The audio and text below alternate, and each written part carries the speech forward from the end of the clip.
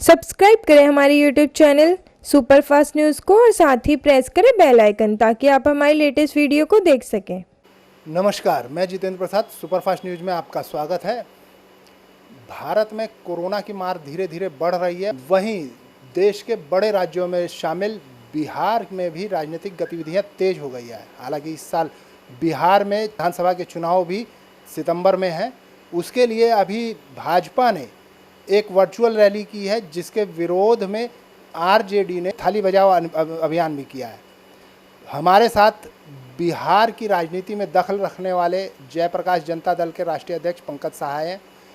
बिहार में जो भाजपा ने जो ये रैली की है, इसके बारे में हम जानने का प्रयास करेंगे कि ये प्रयास उनका कितना सफल रहा। पंकज जी, बिहार में अभी भाजपा ने अपना वर्चुअल रैली की है, क्या ये कोरोना काल में ये सही रहेगा?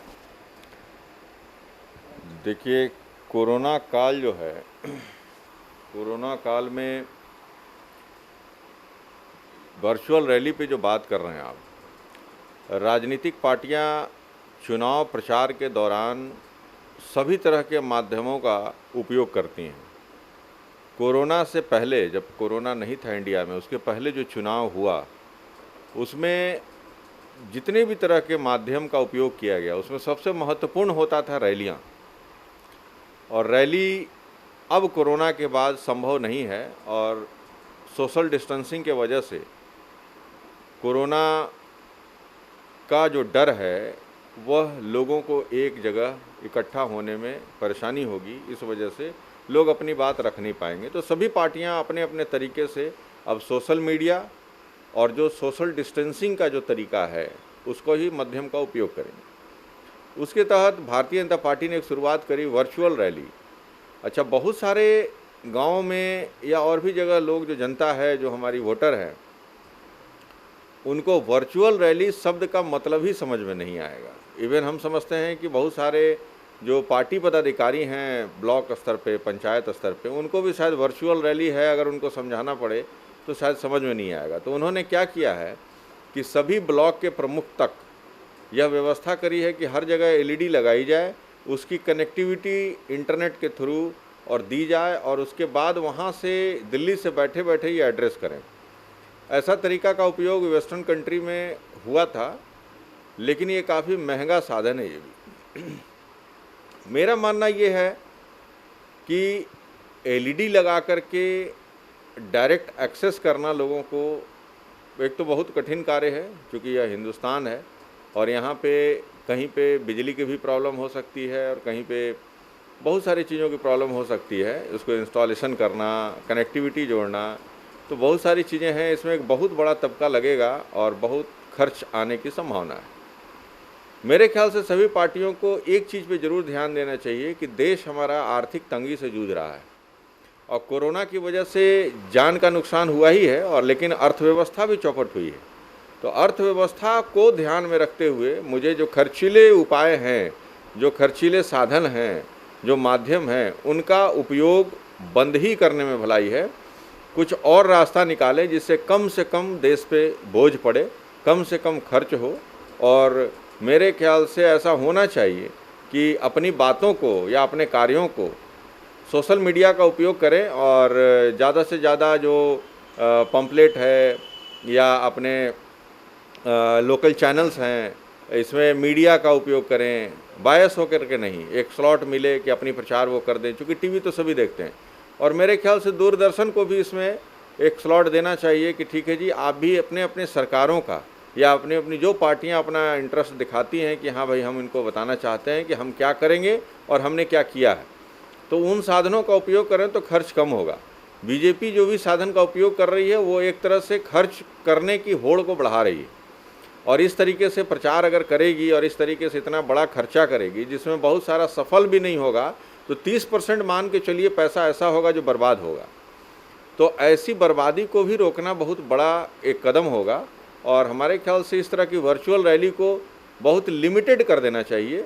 इसको पूरे देश में एप्लीकेबल नहीं करना चाहिए, और संभव भी नहीं है तो कुछ दूसरे संसाधनों का भी उपयोग करने की ज़रूरत है।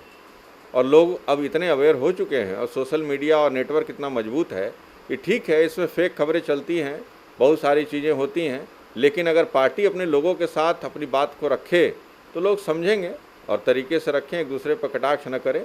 देश बहुत ही बुरे दौर से गुजर रहा है, आर्थिक तंगी बहुत ज़बरदस्त घेरे हुए है और लोग परेशान हैं, बेरोजगारी बहुत उच्चतम स्तर पर चली गई है और रोज़गार है नहीं और बीमारी भी उसी तरीके से ग्रसित कर रही है।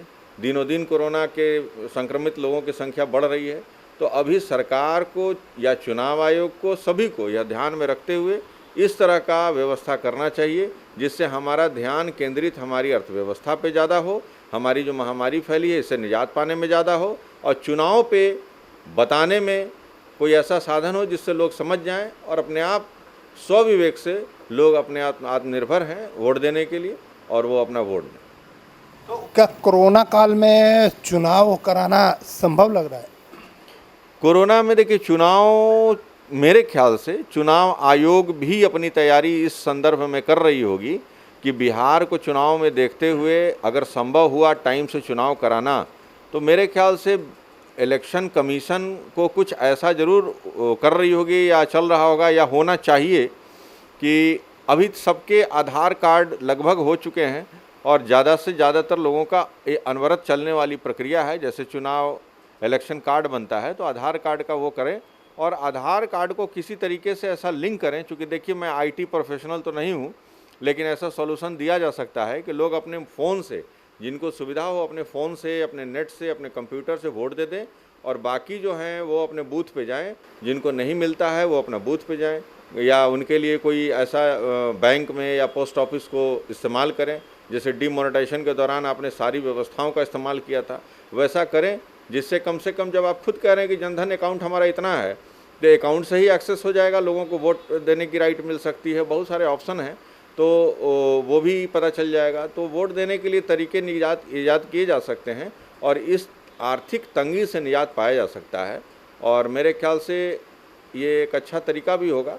बाकी तो निर्णय चुनाव आयोग को लेना है, चुनाव आयोग क्या करती है, हमारे ख्याल से एक अच्छा निर्णय लेगी और चुनाव अगर संभव हो पाए तो कराएगी, अदरवाइज 2-3 महीने का अगर एक्सटेंशन चला तो वो सरकार निर्णय करेगी कि क्या करना है। जयप्रकाश जनता दल की बिहार चुनाव के लिए कितनी तैयारी है? देखिए, जयप्रकाश जनता दल अपने संगठन के प्रदेश अध्यक्ष, हमने अभी प्रदेश में बदलाव किए हैं। प्रदेश अध्यक्ष हमारे अजीत सिंह जी बने हैं, जो उन्होंने अपनी रिपोर्ट अभी सबमिट नहीं की है। चूँकि नए बने हैं तो उन्होंने रिपोर्ट अभी सबमिट नहीं की है और वो गोपालगंज के रहने वाले हैं। तो अभी वो देख रहे हैं कि हम बिहार को 3 पार्ट में बांट रहे हैं, एक गंगा उस पार, गंगा इस पार, 2 पार्ट तो ये हो जाएंगे और एक बिहार जो है, जो झारखंड से सटा हुआ इलाका है, वहाँ की थोड़ी सी भौगोलिक स्थिति भी अलग है। तो वो उस पर विचार हो रहा है कि हम लोग किस किस तरफ से कैंडिडेट करेंगे। अगर संभव हुआ, अब इतनी बड़ी पार्टियों के बीच हम खड़े हैं तो अपनी बातों को तो ज़रूर रखेंगे और प्रदेश अध्यक्ष के मीटिंग के बाद जो निर्णय होगा बिहार के लोगों का, बिहार के हमारे पदाधिकारियों का, तभी हम निर्णय कर पाएंगे कि हमें बिहार में चुनाव लड़ने में क्या स्ट्रेटेजी अपनानी है और क्या करना है। तो अभी यह फाइनल नहीं हुआ है। धन्यवाद।